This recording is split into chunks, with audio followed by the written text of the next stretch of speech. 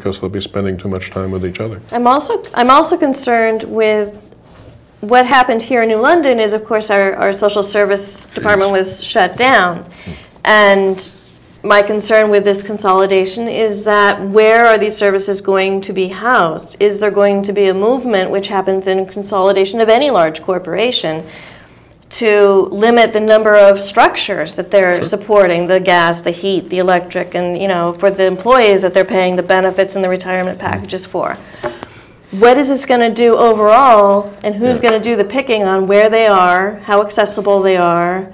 One of the members of the Government Administration and Elections Committee that had the hearing on this bill said, well, this works very well in private industry. Well, ask the people who used to work for Pharmacy and Upjohn and now used to work for Pfizer. Yes, there's a consolidation, there's a duplication, there are people left over. Right. Now, we certainly have problems left over that those people could work on, but that's not the plan. So I don't think it works that well in industry either, unless you keep a focus on outcomes.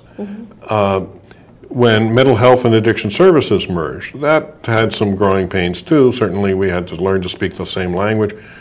And that took several years finally to really get as far as we have. But it was worth doing because the clients, many of them had both problems.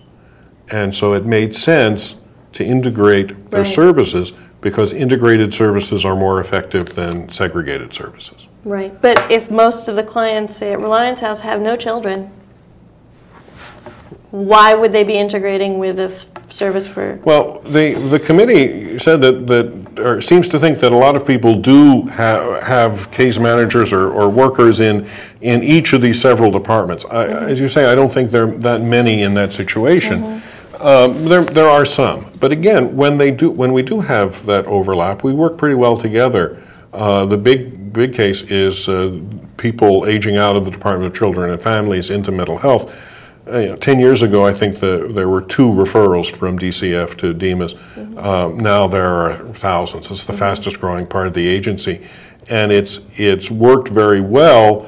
There are certainly growing pains in young adult services, but